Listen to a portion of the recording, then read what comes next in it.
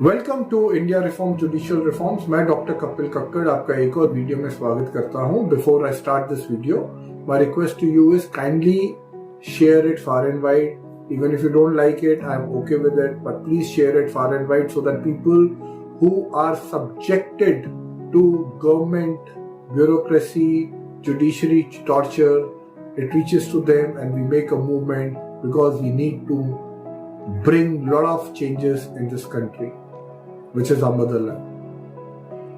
अब मैं आज आपसे बात करता हूं, मान लीजिए आप एक कंपनी के फाइनेंस में हैं, फाइनेंस डिपार्टमेंट में हैं, और आप एक कंपनी के फाइनेंस डिपार्टमेंट के जीएम हैं और आपके पास कुछ फिगर्स आती हैं। तो फिगर्स आपको दी जाती है और आपको कहा जाता है इन फिगर्स के हिसाब से आपने प्लानिंग करनी है कि आपने अपने फंड्स को कैसे एलोकेट करना है, क्या क्या करना है, ये आपकी फिगर्स हैं। और आपको ये बोला जाता है कि ये फिगर्स हैं, these figures you will not ask us how did we reach to this figure. तो आप अगर फाइनेंस जीएम है, आपको बोला जाता है भाई आप इस जो फिगर्स आपके सामने हमने दी हैं उन फिगर्स को आप क्वेश्चन नहीं करोगे, आपने उन फिगर्स के हिसाब से आगे की प्लानिंग करनी है। तो आप मुझे बताइए, क्या जो फाइनेंस का जो आदमी होगा, क्या वो अच्छी सटीक प्लानिंग कर पाएगा? अगर वो उसको बोला जाता है कि आपने पहली जो फिगर्स कैसे अराइव हुई है उसको क्वेश्चन नहीं करना, बस उसके ऊपर आगे काम करना, तो आप भी जानते हैं वो नहीं कर पाएगा। वो क्यों नहीं कर पाएगा? क्योंकि उसको यही नहीं पता कि क्या यार ये फिगर्स ठीक है, इनकी क्या वैलिडिटी है। जब तक वो इन फिगर्स के बैकग्राउंड में नहीं जाएगा, बैकग्राउंड चेक नहीं करेगा, उसके ऊपर कॉन्फिडेंस कैसे आएगा, उसमें कॉन्फिडेंस कैसे आएगा प्लानिंग और एग्जीक्यूशन का। पर हमारी जुडिशरी में एग्जैक्टली यही होता है। जुडिशरी में चाहे हाई कोर्ट हो, चाहे सुप्रीम कोर्ट हो, जो भी लोअर कोर्ट का ऑर्डर देखता है वो उसको गॉस्पेल ट्रूथ मानता है। वो कहता है this is the order and now whatever we will do taking it forward. वो कहता है भाई जो ऑर्डर दे दिया हम उसके बैकग्राउंड में नहीं जाएंगे, बैकग्राउंड में जाएंगे भी तो हमें 2, 4, 5 साल लगेंगे। आपको पता है किस तरह सिस्टम चलता है। तो by and far judiciary, specially Supreme Court, जो मंडेज और फ्राइडेज को एसएलपी की हियरिंग्स करता है, वो सिर्फ ऑर्डर के नेचर पे जाता है, कुछ इधर उधर चीजें देखता है और उसके बाद अपना एक ऑर्डर प्रोनाउंस कर देता है कि एसएलपी रिजेक्टेड। 80% ऑफ द एसएलपीज इस कंट्री के अंदर रिजेक्ट होती है, सुप्रीम कोर्ट करता है। इसका मतलब है इट अपहोल्ड्स जो भी हाई कोर्ट की जजमेंट्स हैं।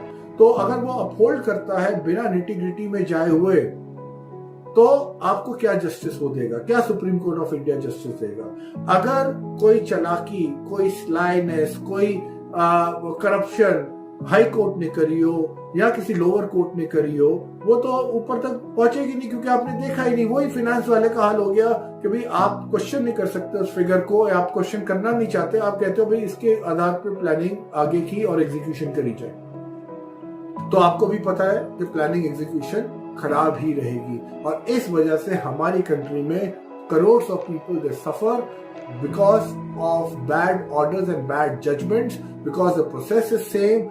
Whatever the Indian courts might claim, मैं फिर कह रहा हूं, वो अपनी जितनी मर्जी तारीफें करे, क्लेम करे, हम तो एक एक एस्पेक्ट पे जाते हैं, निटी ग्रिटी में जाते हैं। अगर आप इस देश की 95% पॉपुलेशन जो कोर्ट जा चुकी है, 98% पॉपुलेशन जो कोर्ट जा चुकी है, उनसे पूछेंगे तो वो कहेंगे कि जी ये निटी ग्रिटी में नहीं जाते, they don't deep dive, they only ऊपर ऊपर तैर के वापस आ जाते हैं।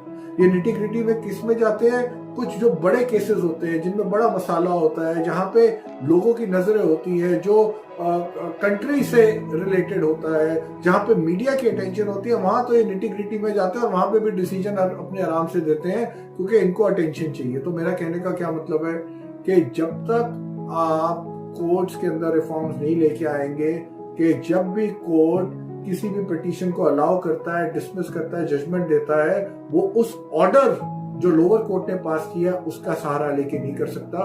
उसको वो वाले एविडेंसेस में भी जाना पड़ेगा जो कोर्ट ने इग्नोर करे, और अगर कोई फ्रेश एविडेंसेस भी आते हैं वो भी उसको लेने पड़ेंगे, जो कि इस देश के अंदर अनफॉर्चुनेटली होता नहीं है। Once again, if you like this video, kindly share it far and wide. Thank you so much.